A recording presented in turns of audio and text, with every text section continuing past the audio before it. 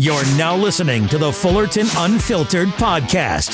Straightforward, no nonsense business advice. Completely unfiltered. Grow your business. Grow your life. Now, here's your host, Brian Fullerton. Hey, what's going on, guys? Welcome to another episode of the Fullerton Unfiltered podcast. It is your host, Brian Fullerton here, hanging with you guys, and good morning. Today's podcast episode, super excited about having a guest on for you guys today, a little guest interview. And I love hearing what you guys are putting together out there in the lawn care community, the green industry, broadly speaking. So many of you guys are building phenomenal businesses, have a lot of great success going on, and we love highlighting that here on the Fullerton Unfiltered podcast. If you guys are new here, just want to say a quick welcome. Welcome to the show. It's Lawns, Lessons, Life, and anything we can do to help you guys grow a more successful lawn, landscape, and snow business, let us know. We're always here to help serve you guys, and we do that with solo shows, guest interviews, and a little bit of everything in between. So without further ado, super excited about introducing our guest, somebody that you guys have probably seen before on Instagram. He's got a great social media presence, growing every single day. We're excited to have him. So yeah, there you go. So Mr. Tanner, welcome to the show this morning, brother. How you doing? Hey, I'm doing well. How are you? Doing good, doing good. It's like you said, before we hit record, it's a busy morning. We got all the guys headed out the door. They're doing their deal. I have been dealing with just nonstop stuff this morning, like meeting after meeting after meeting. It's been busy, very productive. But you know what? Fall's coming. You know, you get that kind of fervency in the air, you know, where we're all trying to get those last mows and get ready for fall, get ready for snow. So I feel like the fall rush is busier sometimes than the spring rush, I always say. Can you relate? Is that similar in North Carolina, or how do you guys feel about that conversation? Man, I definitely think fall is worse than the spring. You know, we've got so many services converging within the next 2 months that, you know, really are deadline services. Planting and seeding lawns are a huge aspect of that. And we're starting our fall trimming schedule. We're getting ready to have winter annuals delivered to the shop. And I mean, just you name it, grading jobs, lots of pruning, lots of planting. It's just nonstop right now. There you go. There you go. Now, you're down in, I guess, let me do this real quick. Formal introduction. Why don't you give everybody your full name, your business name, where you're at, and then we'll kind of break a couple things down. I don't want to gloss over all that. My bad. Yeah, no, you're good. So my name is Tanner Kenison. I'm 27 years old. I live in Waxhaw, North Carolina, which is south of Charlotte. And my company is Greenspace Lawn Care. And we're pretty much 100% maintenance business. And we've kind of found some unique niches in the market that we've tapped into and gotten pretty good at. But it's myself and 13 guys, full-time, year-round. And we've got 8 trucks. About 6 of those go out a day, and around 300 contracts. That's awesome. That's awesome, man. So cool. So cool. If you guys don't know, just to connect the dots, because sometimes the visual connects with the name or the face. But if you guys ever see like the Instagram reel, I think it went viral. He had like 10 or 15, yellow stand-on mowers all in a strip, and it was how it started versus how it's going kind of trend or reel, whatever you call that stitch. Yeah. So that one took off for you. I know. I saw that. I've been following you for a long time before that, anyway. But so you guys have probably seen his Instagram page if you guys are on social in any way, shape, or form. And he's got a great company, and I just love watching all the equipment, of course, just like everybody else. So you're how old again? 27 years old. Is that correct? 27. Yeah, and I incorporated January of 2017. So it's been about 8 years as a S corp, and we've just grown. Organically, grown fairly slow, 10 to 15% a year. Mm-hmm. Not trying to bite off more than we can chew. Yeah, dude, so awesome, so awesome. Well, there's a lot there to unpackage. At 27 years old, I was, I have no idea what I was doing. I was in the dark ages. I think I had probably just met Liz and really started to have a catalyst for my life to actually do something. So it is pretty funny in that regard. I'm really excited about breaking all this down. Believe it or not, guys, I really, really do enjoy getting to hear so much of you guys and your guys' stories and how you guys get started. It's so motivational. It's so inspirational. A lot of you guys know my story and how I got started with this thing, from push mowing and working at Little Caesars and then working at True Green and then just kind of getting shoved into the industry, in a good way because that choice was made for me when my boss basically laid me off. So everybody's story is different, right? And like how folks make decisions and what equipment you guys are using and what type of business you're growing. I love hearing how you guys are putting this thing together. And there's always something that I'm taking away from these interviews. So if you guys are listening in, always just kind of keep your head on a swivel to maybe take a note away or a piece of advice or a piece of thought process away that these guys that we get on the show have a growing business, are implementing and integrating into their company. So Tanner, super excited about breaking this whole conversation down today. Before we do have to pay the bills around here, as we always say. We're going to hear from today's show sponsors and announcements. A lot of you guys know Equip Expo is right around the corner. Launchpreneur Academy Live is right around the corner. There's so many great events going on this fall with, the LMN Mastermind Summits with Mark Bradley. So we're outside of the events going on. There's always great brands that we get to partner up with. So we do appreciate their partnership on the show. I always say, if it wasn't for them, it'd be really hard to keep the show alive. This thing costs money to produce. So if you guys are out there, thank you so much for using the code Brian. Thank you so much for attending the event, supporting what we're doing as we continue to support you guys in what you're doing. So without further ado, let's kick it over to Marty, Mr. Producer, and then I'm really excited about coming back and hearing a little bit more from Tanner. Hang tight.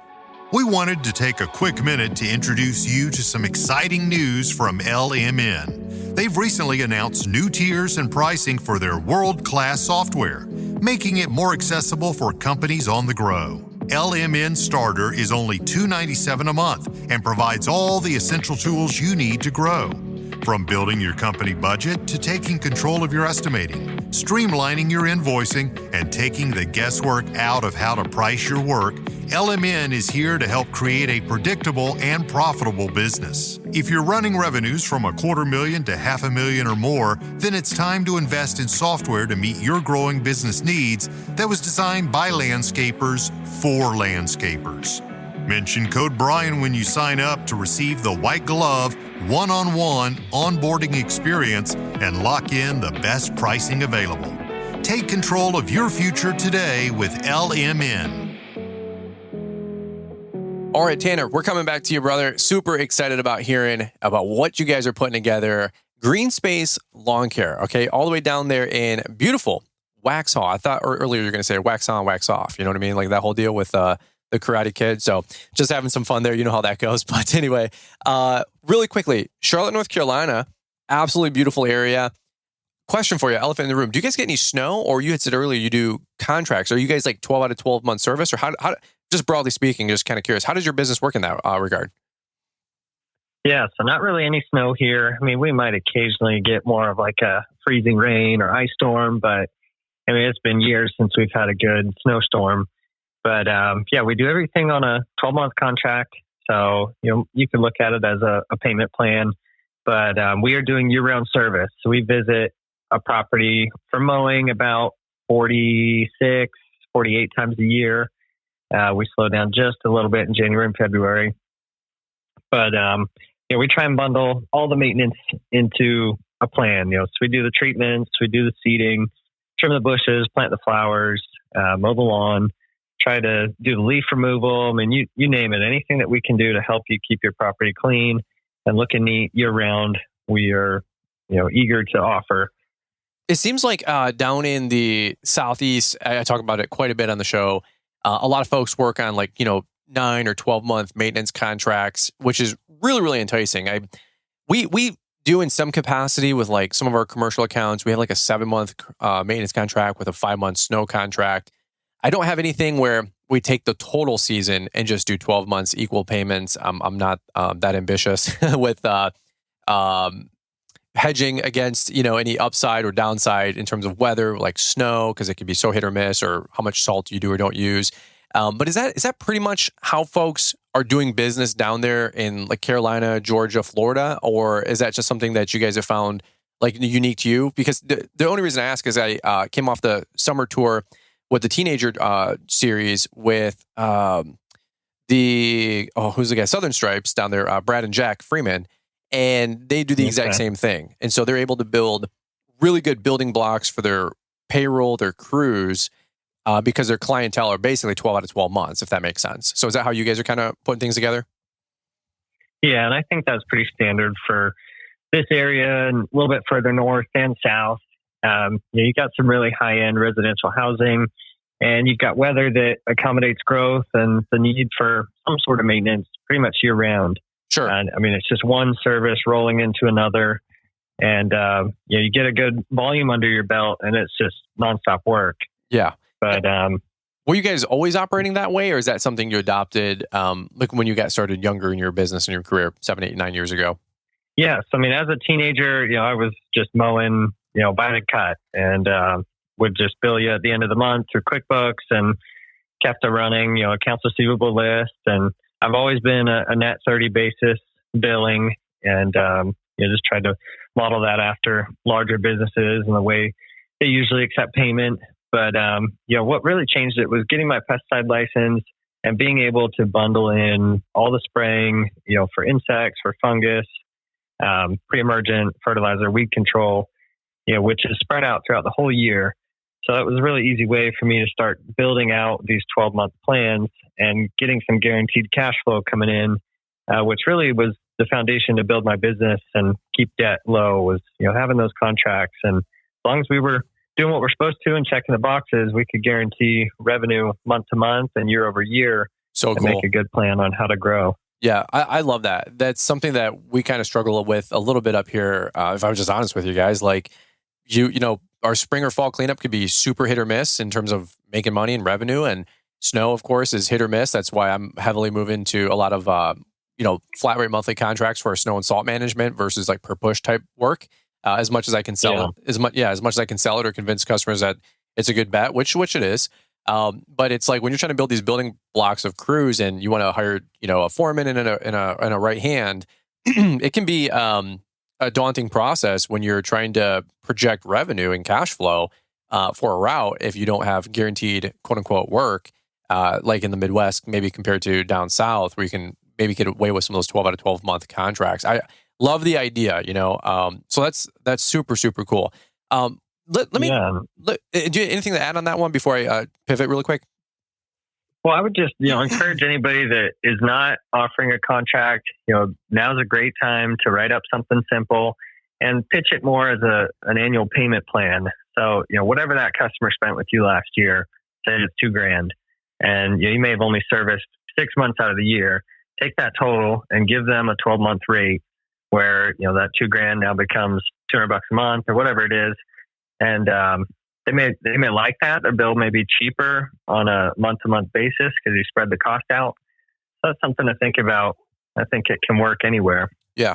No, I like that. One thing that you guys have heard me say, especially if you're newer to the show, just something to cover really quick is just make sure you don't get over your skis, with how much work you're committing to in the spring.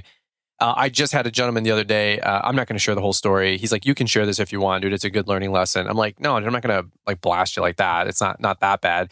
But it was a commercial situation where the client didn't end up paying for, they serviced the account for about 4 months.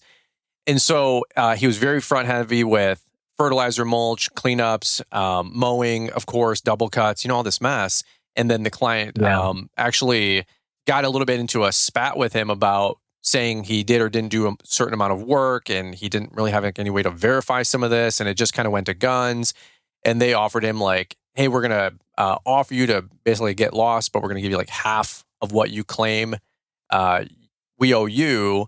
And he was DMing me back and forth saying like, dude, what do I do? And I'm like, bro, I don't know. Like, what can you do? Like small claims it, hire a lawyer.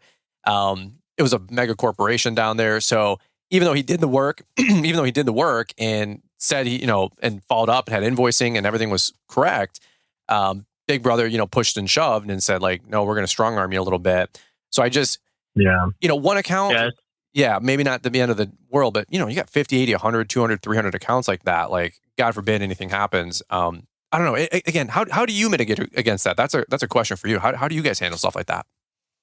Yeah. So there are a few key things that can really make or break an annual agreement.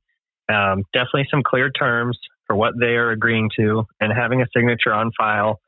And then just time stamping everything you do. Put a little cheap GPS tracker on the truck, use a good routing software so that you can prove my crew was here from this time. Here's receipts of what it cost us to be there, maybe a dump fee or something associated with the job. Sure. Really just dot your T's and cross your I's in order to cover your bases when someone does try to pull something like that, because it does happen. And when I was younger, definitely got burned by people that were very similar to that story you just shared.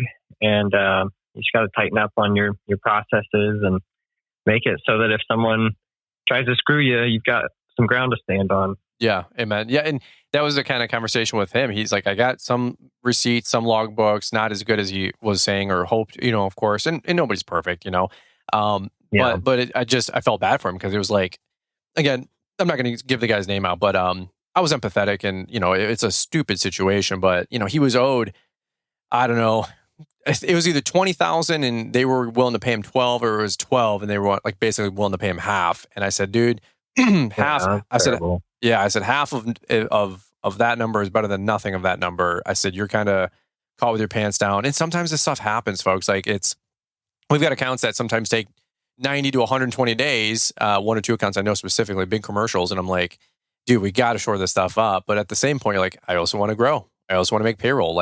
So it's a cost benefit, I guess, analysis, if you will, in that regard. Great insight with what you're sharing there. Yeah. And, another point to that is if you're going to build these contracts, try to build in your lowest overhead services and continue to bill as services are rendered for the expensive things. So, a beginning contract, having just mowing and the weekly maintenance would be a great way to drum up some good cash flow month to month. But then when it is time to do that mulch or do that cleanup or aerate and seed, and you've got much higher overhead, leave that out of the contract, bill it as it's rendered, and keep your cash flow moving that way. I love that. I love it. And trust me, I so love the idea of the 12 out of 12 month maintenance contract, as long as you confront the spring rush and some of those extra costs. But to build building blocks with a 12 out of 12 month agreement, so makes sense. So absolutely makes sense. So great job there. Thank you. Yeah, to figure so much of that out before 30, or I wouldn't even say like an age on it, just 7, 8, 9 years in business and realizing what you need to do to grow and to grow properly. That's huge. Let me. Yeah, and if you, I was going to say, if you want to have an exit to your business, showing that you can provide long-term contracts year over year, you're showing that you can increase prices year over year incrementally. I mean, that is really attractive down the road when you want to exit your business and you got, 15, 20 years of signed agreements with a lot of the same people, hopefully. I mean, that's huge. That's a core business of recurring revenue that you could absolutely get a solid EBIT on. So, definitely. Yeah, or multiplier on. So, dude, congratulations on all that. I got to take it for a quick second. I got to pivot and take it back to, how did you get started doing all this? I normally that's my first question out of the gate, because everybody's, happy feet. Every penguin's got its own song, right? But exactly. How did you get started doing all this? Everybody's story is unique, so I'd love to have you share that if you don't mind.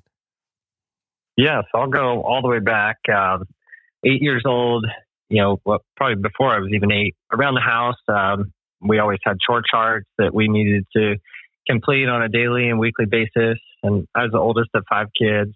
Everybody had tasks and duties. And when I was 8, I was always wanting to be outside. So I would volunteer to take the dog scooping the poop off the list, or helping pull weeds, whatever it was. I liked getting out there.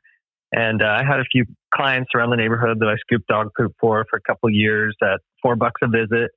And when I turned 10 or 11, somewhere in that range, one of my chore charts became mowing the lawn. Okay. And I immediately just fell in love with that. I mean, it was satisfying, and I liked being able to use something with an engine, and quickly stopped scooping dog poop for the neighbors and started mowing their lawns. Nice. But got push mowed with a little wagon for a couple of years. Got a riding mower when I was 12, and a little trailer, and just slowly and organically kind of learned my way around a yard and equipment. Cleaning a carburetor, changing fuel filters, and you name it. I had to figure it out, but did it all through childhood, middle school, high school, teenage years. My senior year of high school, I had probably 50 accounts a week. Oh, wow. Okay. Somewhere in there. And had a couple of friends that would help me. And, I at that point had bought a nice diesel truck and was not in any debt. I bought my first new zero turn when I was probably 16 or 17, and got out of high school, and my whole childhood, my teenage years, everybody around me is like, you can't cut grass for a living. You got to go to college. And it really began to get in my head, and you start to second guess your decisions and your passions when no one's really supporting it. My parents were all for it, but everybody else was you can't make any money mowing lawns. So I did just that. I tried to go to college. I kind of got rid of all my customers when I was 18 and sold my equipment and went out to Utah State, which is where my parents went, and that's where I was born, Salt Lake City. And I did a semester out there, and basically everything that I sold my truck and my equipment for went straight towards a semester of college.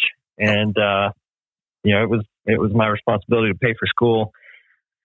So that money was quickly wasted, and I get to the end of that semester with C's and D's and really no fulfillment like I used to have working. And I said that's it. I came back in December of 2015, and found a place to rent and just kind of restarted. Wow! That was scratch. I mean, I was nearly broke. Spent all this money on school. That semester cost me like $14,000. Never should have gone out of state. Never should have done a lot of things at that age. Sure. Wow. But so all of 2016, I was mowing greens at a golf course, getting up at 4 in the morning and going and mowing greens for a half day, and then I would work in the afternoon at James River Equipment. I was their steel mechanic for that year. Oh, okay. Fixing their blowers and trimmers and chainsaws, and had a knack. Always had a knack for small engines, but I didn't like either of those jobs, and so I just made a plan to get back into the lawn care, and I incorporated my business 2017 in January, and bought a really cheap truck, really cheap trailer, used equipment, just with the money I could have saved over the last year, and just kind of got started from there. That was about 8 years ago. Dude, that's incredible. That's so cool. Like, well, let me ask you this. Obviously, you're 27, younger, even myself, 38, younger. Any advice to anybody navigating that water, at 16, 17, 18, family pressure, society pressure? Obviously, hindsight's 2020, but what would you say to anybody looking at that fork in the road or deciding to go all in, like you were just talking about?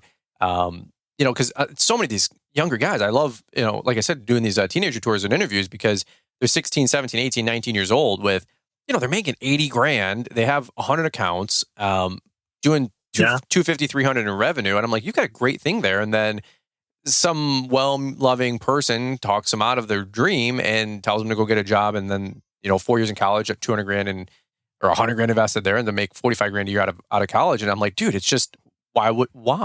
So a lot of folks already know my position on all that, but what's your thoughts on all the above, if you don't mind me asking?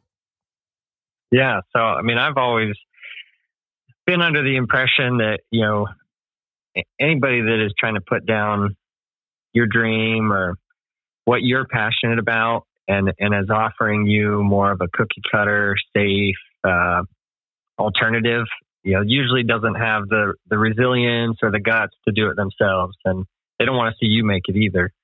I've come across a lot of Debbie Downers like that really never had it hard because they always took the path everybody takes, go to college, get in debt, get a job, live paycheck to paycheck. You're like everybody else. Nothing's wrong. Versus really working your ass off and having a why every morning. What am I doing this for?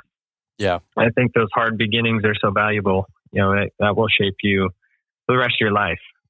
So good, man. It's that's something you just said was so well articulated. I've never heard anybody articulate it that way. Was when it gets hard because they've never stuck out hard, they think that's abnormal, and so there's something wrong, and so they tell you to give up. Man, yeah, that's one of the best. It's huge. That's one of the best ways I've heard anybody ever say that, man. Versus if you guys came to me and said, "Hey, it's tough." I just had a podcast a couple of days ago. I was complaining at everybody that's complaining. I said, stop complaining. It's supposed to be hard. Like you chose this path. You chose the Oregon Trail. Like stop the whining, stop the fussing. Like you're grown men. Yes, it's hard. Yes, you have to work some hours. Yes, it's hot. So that doesn't mean it's wrong if it's hard. It just means it's worth it, in my opinion. It's going to be that much more worth it. Yeah, I mean, there's a reason there's hundreds of millions of people living in America, but only 30 million entrepreneurs. Yeah. Well, it is tough. Well, and I've heard somebody say 1 in 500 people is a millionaire. So it doesn't mean it's exclusive.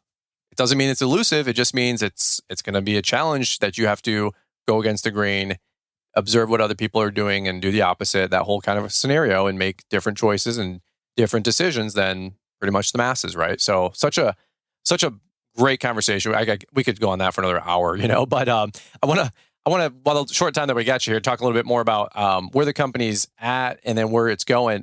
Can you take me back to that? It might have been one of the first or so reels I saw when that 12 or 15, right mower lineup, went viral. I was like, dude, who's got 15 right mowers? That's sweet. So that's probably one of the first couple of reels I did see of yours. Maybe something else in passing before I was able to give you a follow.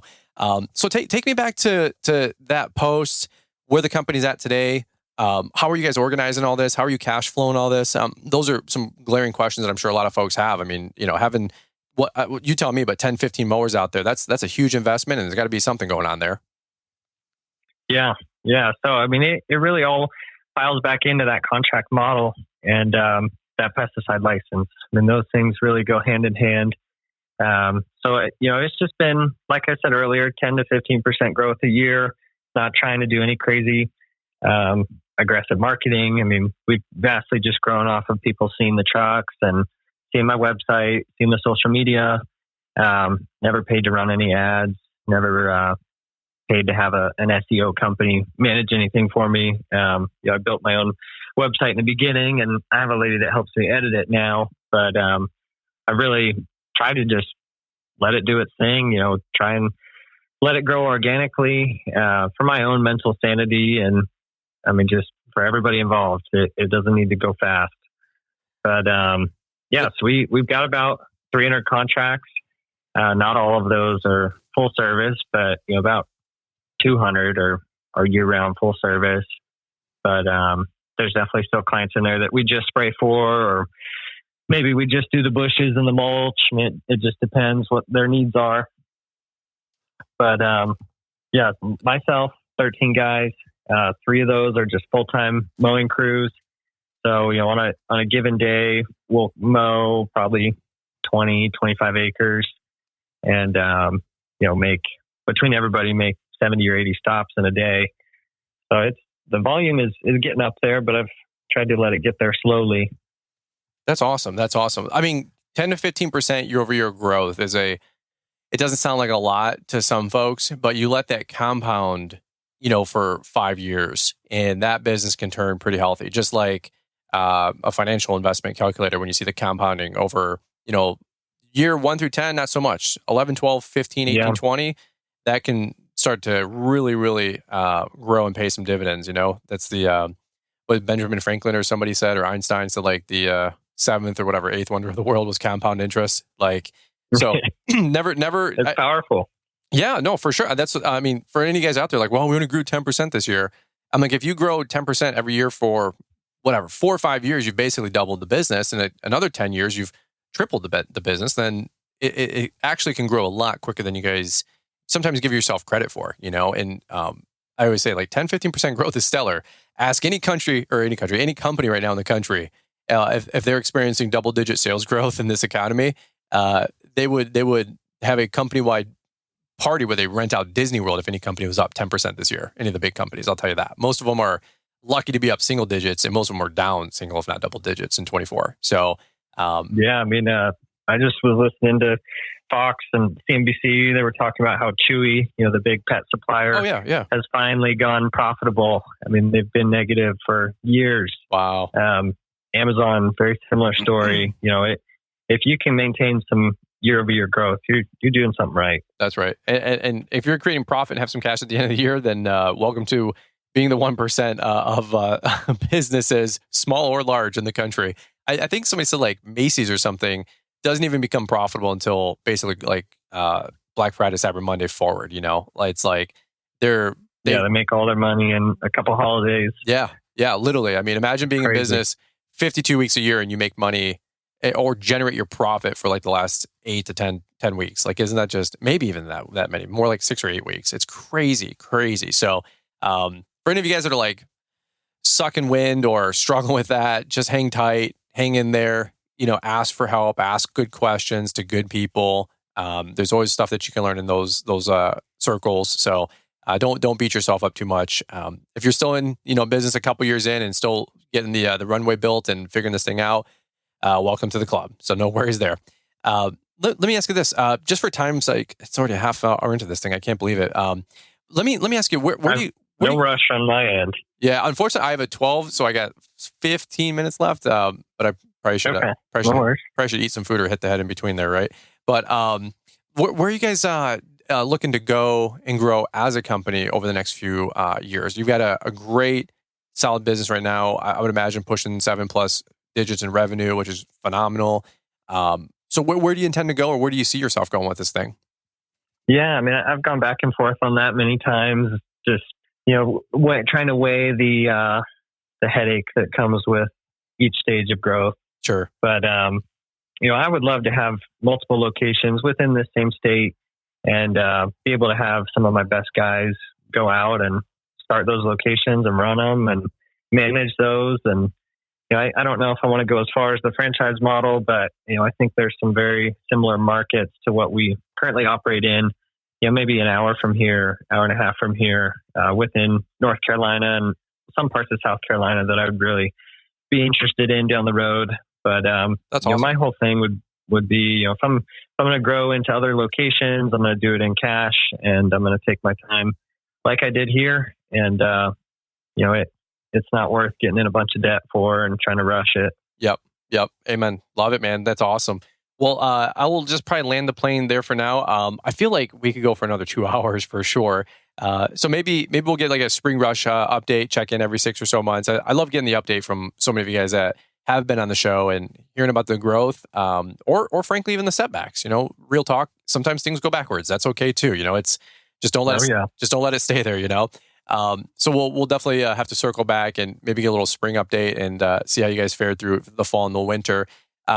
I invite you guys to check out his socials. If you guys don't follow Tanner already, I'll let you plug them, but I'll just give you guys a little highlight. Like, you can see the right mowers, the trailers, tractors, all kinds of goodies, and a beautiful, beautiful grass, beautiful lawns out there. Are you guys rocking Kentucky Blue or Fescue? What are you guys mowing mostly down there, by the way?